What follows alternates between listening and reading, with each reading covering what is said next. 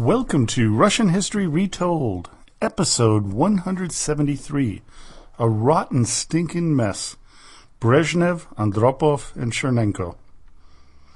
When I first started writing this episode, I was going to make it a short one on the 2-year combined reigns of Yuri Andropov and Konstantin Chernenko. But while researching through my library, I came to the conclusion that I needed a little bit of Brezhnev, as they were all pretty much tightly intertwined.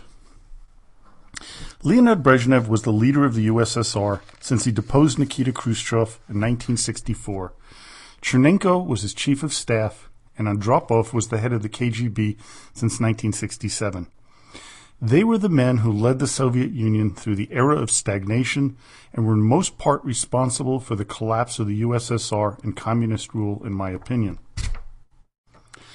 Now, that may seem like a pretty heady charge, but when you look at the preponderance of evidence, it's hard to deny.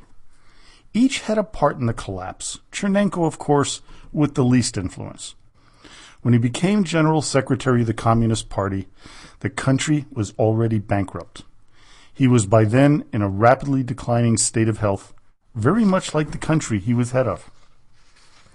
You can see a strong corollary between Andropov's and Chernenko's health and the state of Soviet affairs. Both sickly, both fading rapidly, but both still trying to keep things together as long as possible. The cause of Chernenko's fading health could be tied to his smoking since the age of 9 in 1920, about the time of the Russian Civil War. But that wasn't the only cause of his illness.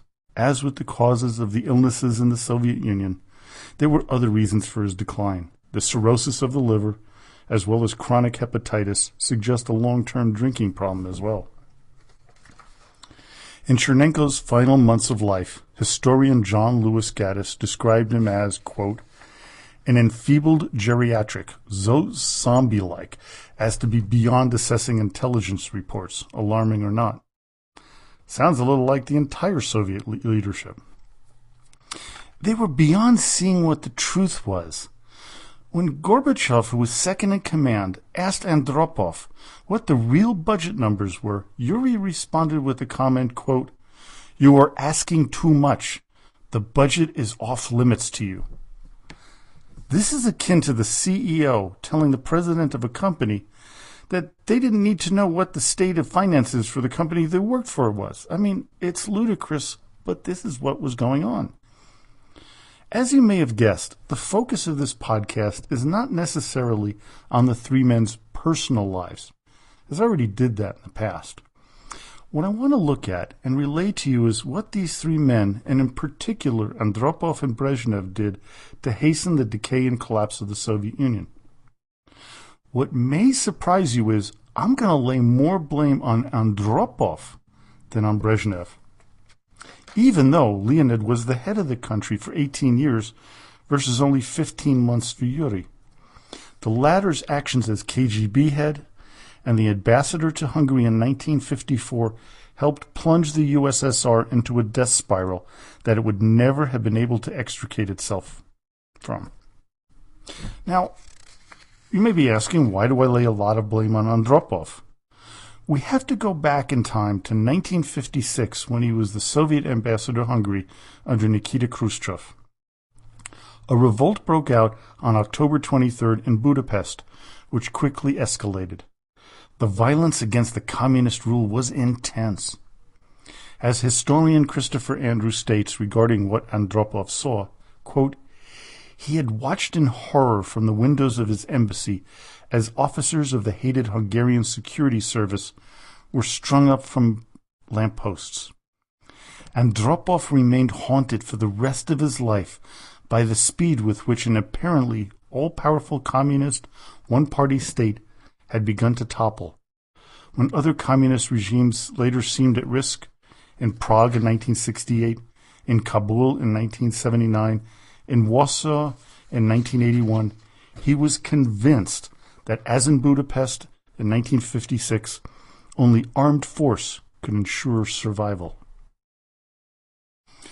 The fighting in Hungary had stopped by the end of October, and things looked like all would settle down, but Andropov convinced the Politburo despite the evidence that things were getting worse and that military intervention was necessary.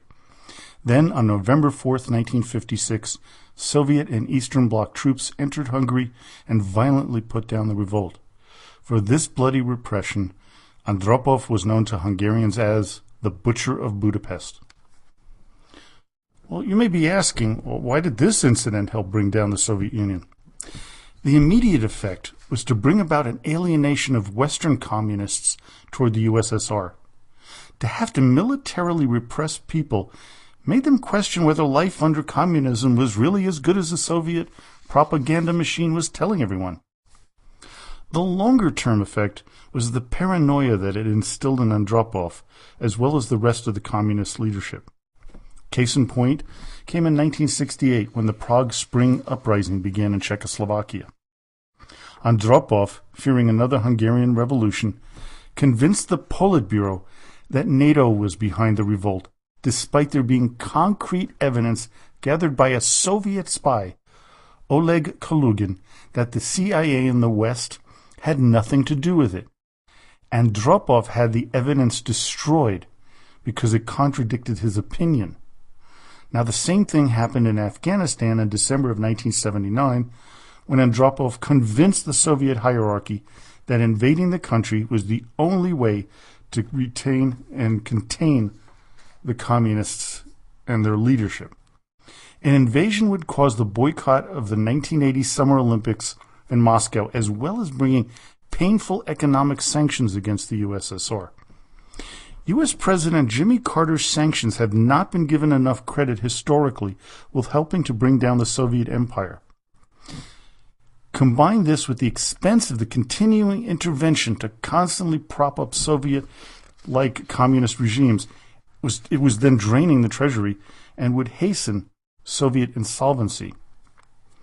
Détente was beginning to take hold between the two superpowers, the USA, the USSR, which allowed the Soviets to lower their expenditure on the military, something that was desperately needed financially, but by then it was really too late. When Ronald Reagan took office and tightened the screws on the USSR, it compounded the economic woes, but it didn't cause them. They were already there. But additional food shortages, lack of capital, and inability to sell oil on the open market wreaked havoc. And this was part of what happened under the Carter administration. Not only that, the war in Afghanistan was an unmitigated disaster, both financially and militarily. They were trying to keep a corrupt and ineffectual regime propped up, which led to a growing guerrilla insurgency which was funded and supplied by the United States. One of the leaders of the anti-Soviet movement in Afghanistan was one Osama bin Laden. On top of the foreign mistakes that Andropov hoisted on the Soviet Union with Brezhnev's blessing was the increased repression of the Soviet people. Anyone who was viewed as a dissident in Andropov's way of thinking had a psychiatric disorder. In April of 1969, he submitted a plan to the Central Committee of the Communist Party to create a system of psychiatric hospitals to put dissidents into. His paranoia gave way to an increased level of repression of the Soviet people. I believe that this helped accelerate the revolutionary state of the USSR under the Gorbachev. The Soviet people and the people living in the Warsaw Pact had enough. By 1981, when the Solidarity movement took hold in Poland, Andropov finally saw the wrongness of his logic of using military means to suppress revolution. He convinced Brezhnev that an invasion of Poland would be highly counterproductive. This must have been hard on Brezhnev, as it effectively marked the end of a doctrine bearing his name. The Brezhnev doctrine was a means of justifying military intervention in communist countries. It stated, quote, "When forces that are hostile to socialism try to turn the development of some socialist country towards capitalism, it becomes not only a problem of the country concerned, but a common problem and concern for all socialist countries." By the time Brezhnev died in November of 1982, Andropov had begun to see what his actions had done to the USSR. He saw the corruption and the decay of the socialist way of life, but he was in no way about to abandon it. Instead, Andropov began an anti-corruption campaign against many of the cronies of his predecessor. There are some who suggest that had Andropov lived a few years longer, that he may have succeeded in preserving the USSR, unlike Gorbachev, through more cautious reform. This does seem a little far-fetched, but it's not impossible. Still, he must have been burdened with the knowledge that he was in part the cause of the problems facing his country. Leonid Brezhnev cannot escape criticism for the stagnation, the economic morass and general decay of the Soviet Union, as he was the leader and all major decisions were made by him. The cronyism that pervaded his regime was very much like the system in place under Tsar Nicholas II. Interestingly enough, Brezhnev rates very highly in the minds of Russian citizens today because during his time in power, the USSR was at its zenith in both military and political might in the world, something that Putin, I believe, is trying to revive. And according to one poll, Brezhnev is the most admired Russian leader of the 20th century. For all his faults, Leonid Brezhnev did usher in a time of détente with America and attempted to bring the world back from the brink of World War. He did, in the minds of his people, bring a level of stability to the country after the erratic behavior of his predecessor, Nikita Khrushchev. On the flip side, Brezhnev was a product of Stalinist paranoia and an entrenched party machine that bred corruption and stagnation. No one could innovate, as innovation was viewed as against the central planning machine and dangerous to the socialist utopia that was supposedly the Soviet Union. Now let's do a review of each of the three men. When it comes to Konstantin Chernenko, you have a man who was already terminally ill when he was elected to be General Secretary and head of the USSR. He was a career bureaucrat who spent his years signing documents, and when he couldn't even do that because of illness, he had his signature on a rubber stamp. Chernenko really added very little to the greater scheme of things when it came to Russian history. Possibly, I would call him one of the lowest three when it came to impact on Russian history of all time.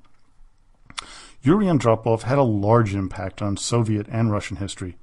The Butcher of Budapest made numerous momentous decisions and pushed the USSR through some very negative events. But in the end, when it was too late, he understood that his decisions caused great harm to his country and his people. Andropov tried to atone with casual and careful reforms, but he died before any of them could take hold. Brezhnev ruled his country to preeminence in the world as a true superpower. He brought with him a seemingly stable time after the sometimes erratic reforms of his predecessor, Nikita Khrushchev. Brezhnev began a process of détente with the United States, which he should be applauded for, but he also plunged his country into the disastrous Afghan war and persecuted anyone who dared question the communist way. By doing so, he hastened the dissolution of the USSR just a few years after he died. One of my favorite comments around this time period was after the death of Chernenko, which came on the heels of the deaths of Andropov and Brezhnev, when American President Ronald Reagan reportedly said, quote, "How am I supposed to get any place with these Russians if they keep dying on me?" Well, I hope you enjoyed today's podcast. Join me next time as we spend a little more time reviewing the times of Leonid Brezhnev. So now, as always, до свидания и спасибо большое.